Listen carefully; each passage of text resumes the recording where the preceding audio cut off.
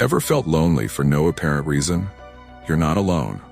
Loneliness isn't just about being physically alone. It's a complex interplay of biology, psychology, and social factors. In this deep dive, we'll unravel the mystery behind why loneliness feels so real, even when it doesn't make sense. Buckle up. You're about to gain insights that could transform your understanding of loneliness and equip you with powerful tools for personal growth. Is this more in line with what you're looking for? If you'd like any adjustments, please let me know. Otherwise, I'll proceed with writing the main content. Ever felt that gnawing ache of loneliness? Well, it turns out your brain's got a built-in loneliness detector. It's like a little alarm system that goes off when you're feeling isolated. This isn't just some random quirk. It's actually a survival mechanism hardwired into our noggins. Back in the day, being part of a group meant safety. So our brains evolved to push us towards connection. But it's not just about ancient instincts. Your brain's got a whole chemistry lab working overtime when you're feeling lonely. Cortisol, that pesky stress hormone, tends to spike when we're isolated. It's like your body's saying, hey, something's not right here. At the same time, feel-good chemicals like oxytocin and dopamine might take a nosedive, leaving you feeling pretty low. Now here's where it gets really interesting. Your brain doesn't always distinguish between physical isolation and perceived loneliness. That's why you can feel lonely in a crowded room. It's all about how your brain interprets your social connections. This is where the whole self-improvement journey comes in. Learning to reshape those perceptions can be a game changer. But hold up, we're just scratching the surface here. The biology of loneliness is complex, and it's tied into so many aspects of our mental health. It's got links to anxiety, depression, and even our overall well-being. Understanding this biological basis is key to tackling loneliness head-on. But what about our past experiences? How do they play into all this? You know how they say, your childhood shapes you? Well, when it comes to loneliness, that's spot on. Those early experiences are like the blueprints for how we connect with others. If you didn't have secure attachments as a kid, you might find yourself more prone to feeling lonely as an adult. It's not your fault. It's just the way your brain learned to operate. And let's talk about trauma for a sec. Whether it's a one-time event or ongoing stress, trauma can leave a lasting imprint on how we perceive relationships. It's like wearing glasses that tint everything with a shade of loneliness. Even when you're surrounded by people who care, that old programming can kick in, making you feel isolated. The tricky part is, sometimes we're not even aware of how our past is influencing our present. You might be sailing along, thinking everything's fine, when bam, loneliness hits you out of nowhere. That's often your past experiences sneaking up on you. It's all part of the complex web of personal growth and self-development we're all navigating. But here's the good news. Understanding the influence of your past is a huge step towards overcoming loneliness. It's like shining a light on those dark corners of your psyche. Once you see what's going on, you can start to challenge those old patterns. It's not always easy, but it's a crucial part of the journey. Speaking of journeys, have you ever felt the pressure to have a buzzing social life? Ever scrolled through social media and felt like everyone's living their best life except you? Yeah, that's social expectations messing with your head. We're bombarded with images of people always hanging out, partying, or going on adventures. It's enough to make anyone feel like a social failure. But here's the kicker. A lot of that pressure is totally unrealistic. It's like we're all trying to live up to some imaginary standard of what a normal social life should be. And when we inevitably fall short, that feeling of loneliness kicks in hard. It's a classic case of comparison being the thief of joy. The worst part, this pressure can actually make us feel lonelier than we really are. You might have meaningful connections in your life, but if you're constantly comparing yourself to others, you'll always feel like you're coming up short. It's a vicious cycle that can lead to anxiety and depression if we're not careful. But here's where some self-improvement wisdom comes in handy. Learning to recognize and challenge these unrealistic expectations is key to breaking free from the loneliness trap. It's about redefining what a fulfilling social life means to you, not what Instagram says it should be. But speaking of connections, let's dig into what really makes a relationship meaningful. Ever been in a room full of people and still felt totally alone?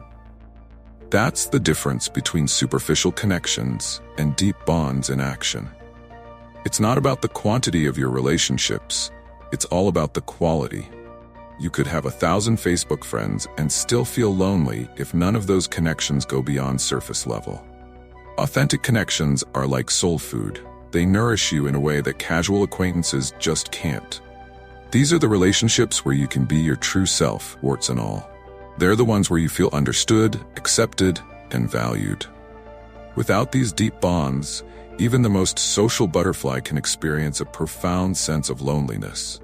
The tricky part is, building these authentic connections takes time and effort. It's not as easy as clicking add friend or double tapping a photo.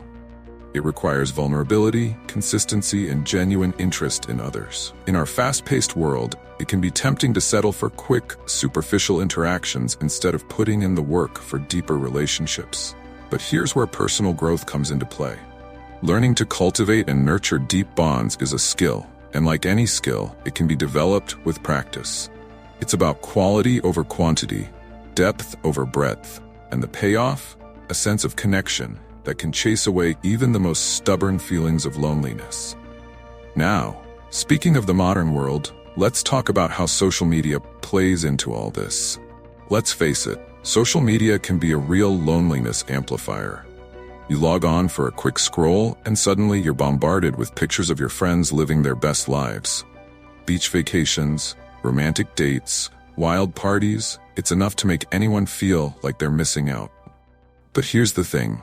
It's all a highlight reel. What you're seeing is just the tip of the iceberg. People rarely post about their struggles, their quiet nights in, or their moments of self-doubt. It's like everyone's got a filter on their life, and not just on their photos.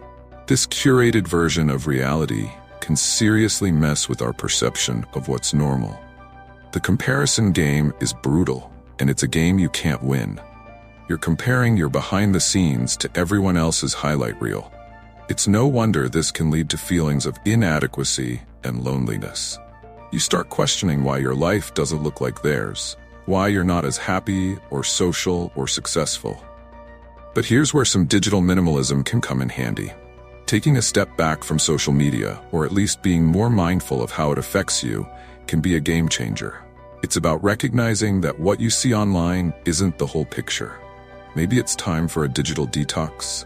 But while we're talking about feeling disconnected, let's dive into a deeper kind of loneliness. Ever felt like you're just going through the motions, disconnected from any greater purpose? Welcome to existential loneliness. This isn't about missing out on Friday night plans. It's about feeling adrift in the grand scheme of things. It's that nagging feeling that there should be more to life, but you can't quite grasp what that more is. This type of loneliness can hit anyone, regardless of how bustling their social life might be. You could be surrounded by friends and family, killing it at work, and still feel this profound sense of disconnection. It's like there's a void inside that social interactions just can't fill. The tricky part about existential loneliness is that it often sneaks up on you. You might be trucking along, thinking everything's fine, when suddenly you're hit with questions about the meaning of it all. Why are you here? What's your purpose? It can be overwhelming and, yes, incredibly lonely. But here's where the journey of self-development can really shine. Confronting these big questions head-on can lead to profound personal growth. It's about finding your own sense of purpose, your own meaning in life. It's not easy, but it's a path that can lead you out of that existential funk. Speaking of funks, let's talk about how mental health plays into all this. Anxiety and depression can be real loneliness magnets. It's like they've got this sneaky way of convincing you that you're all alone, even when you're not. Your brain starts playing tricks on you, twisting your perception of reality. Suddenly, every unanswered text feels like a rejection, and every social interaction feels impossibly daunting. With anxiety, you might find yourself constantly worrying about what others think of you. You start to believe that people don't really want you around, that you're a burden. This can lead to avoiding social situations altogether. which, ironically, only feeds into the loneliness. It's a vicious cycle that's tough to break. Depression, on the other hand, can sap your energy and motivation. Even reaching out to friends can feel like climbing a mountain. You might start to believe that you're not worth being around, that you don't deserve connection. These thoughts can be incredibly isolating, making loneliness feel like an inescapable reality. But here's the thing. These feelings, as real as they seem, are often distortions created by anxiety and depression. Recognizing this is a crucial step in breaking free from the grip of loneliness. It's about learning to challenge those negative thoughts and see the reality of your connections. But speaking of cycles, let's talk about how loneliness can become a self-fulfilling prophecy. Loneliness can be a real trap, you know? Once you start feeling lonely, it's like your brain goes into self-protection mode. You might start avoiding social situations to dodge potential rejection. The problem is, this avoidance only reinforces those feelings of isolation. It's a classic catch-22. When you're in the thick of loneliness, even small social interactions can feel overwhelming. You might turn down invitations, stop reaching out to friends, or retreat into your own little world. It feels safer that way, but in reality, you're just building walls around yourself, making it harder for others to connect with you. The longer this goes on, the more your social skills might start to rust. You might feel awkward in conversations or unsure how to relate to others. This can make socializing even more daunting, feeding back into the cycle of avoidance. It's like a snowball effect, with loneliness growing bigger and more intimidating over time. But here's where the power of self-improvement comes in. Recognizing this cycle is the first step to breaking it. It's about pushing yourself to take small steps to reach out even when it feels uncomfortable. Consistency is key here. It's about building new habits that foster connection rather than isolation. But while we're talking about modern life, let's look at how our fast-paced world contributes to all this. Our modern world is all about hustle and bustle, isn't it? We're always on the go, juggling work, side hustles, and a million other responsibilities. It's no wonder we're feeling disconnected. This fast-paced lifestyle often leaves little time for deep, meaningful connections. Technology's a double-edged sword too. Sure, it keeps us connected 24/7, but often in a superficial way. We might have hundreds of online friends, but how many of them do we really talk to? It's like we're alone together, all of us staring at our screens instead of into each other's eyes. Then there's the whole individualism thing. Society tells us we need to be independent, self-reliant. But sometimes this push for independence can leave us feeling isolated. We're so busy trying to prove we can do it all on our own that we forget it's okay to lean on others sometimes. But here's the thing. Awareness is the first step to change. Once we recognize how our modern lifestyle contributes to loneliness, we can start making intentional choices to combat it. It's about finding balance, making time for real connections amidst the chaos. Speaking of change, let's talk about how we can flip the script on loneliness. Feeling lonely? What if we could flip that script and see it as an opportunity instead of a burden? Loneliness can actually be a powerful catalyst for self-discovery and growth. It's like a spotlight shining on the areas of your life that need attention. One strategy is to use lonely moments for self-reflection. Ask yourself, what do I really want in my relationships? What kind of connection am I craving? This self-awareness can guide you towards more fulfilling connections in the future. It's all about turning inward and getting to know yourself better. Another approach is to channel that lonely energy into personal development or creativity. Pick up a new hobby, learn a skill, or dive into that project you've been putting off. Not only does this boost your self-esteem, but it can also lead to new connections with like-minded people. Lastly, remember that reaching out is a strength, not a weakness. Practice small acts of connection, a text to a friend, a chat with a neighbor. These tiny steps can snowball into bigger changes. It's about being proactive in creating the connections you crave. Loneliness doesn't have to be a dead end. It can be the beginning of a whole new journey.